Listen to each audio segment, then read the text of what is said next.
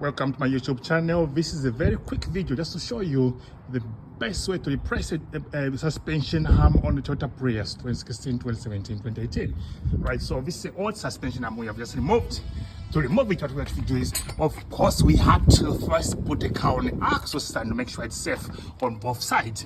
Thereafter, we had to undo the drive shaft nut.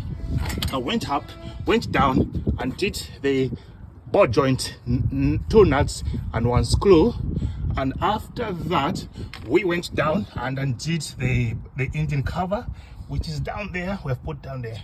Right, then we had hooked the suspension arm from a ball joint, and then we were able to remove the screw, this one, and that's the other one down there. This one, I don't know if you can see my hand, this one here inside here. Maybe I should come down here and show you. So we have to remove this one as well. This is 24, the other one is 19. Right, so the secret now to get right is ideally you should also remove the truck rod end.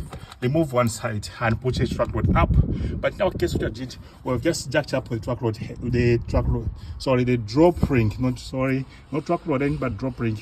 We have jacked up the drop ring to allow the suspension arm to move freely and be able to be taken out easily and put back easily.